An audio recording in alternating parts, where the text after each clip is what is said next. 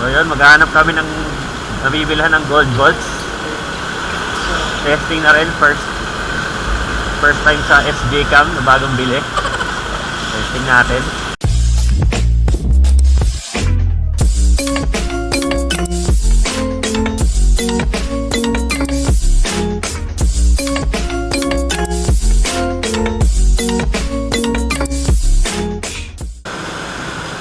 Ayun na nga, limit na namin yung nagbebenta ng gold bolts kahit umuulan. Wait.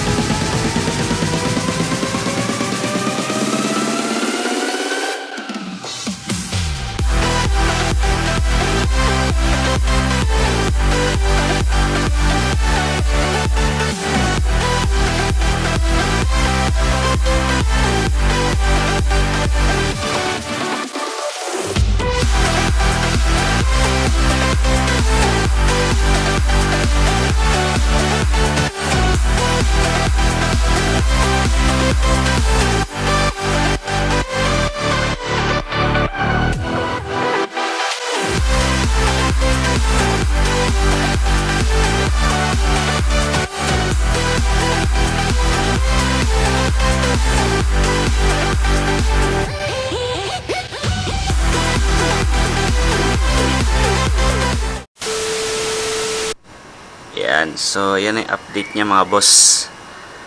Bali, ang naunang set lang kasi yung handlebar set. Tapos ito, 1,000. Tapos sinunod ko na lang tong dalawa, which is 800 pesos. So ang total na gastos ko dito is 1,800 pesos. So ayan siya.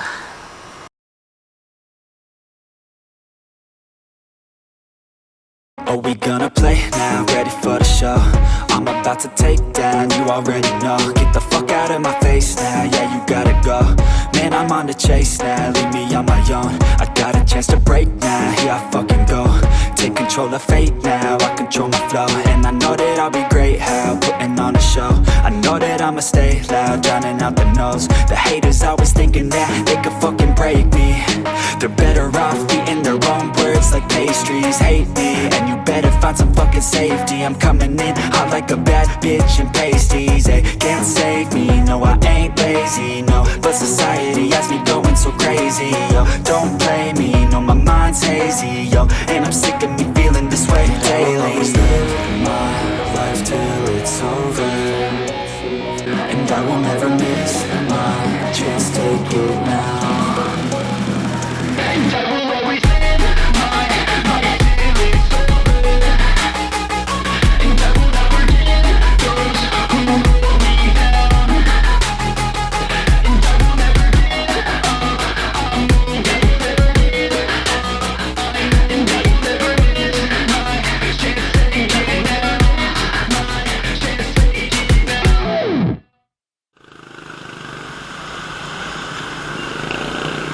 ayun mga boss, tapos na. Nakabit na namin yung iba sa body bolts. Saka sa T-post. So yung sa body bolts, hindi kasama yung sa plate, 1,320. Yung sa T-post naman, 700. May naiwan lang na tatlong big head sa isang maliit. Hindi namin matanggal yung sa isa sa ano. Yung sa tapaload sa harap kasi matigas. So kailangan ng impact driver. So yun, saka na siguro yun. Pero nga sa ngayon halos tapos na. Una nating napakabit is yung sa crankcase. Tapos sumunod last week yung ito sa handlebar. Tapos yung ngayon naman yung sa T-post, saka sa body, mga ano, sa fairings, body bolts, yun. So siguro mga 70% completed na yung gold bolts, 70 to 80. So more on caliper na lang, caliper, axle nut, sa shifter,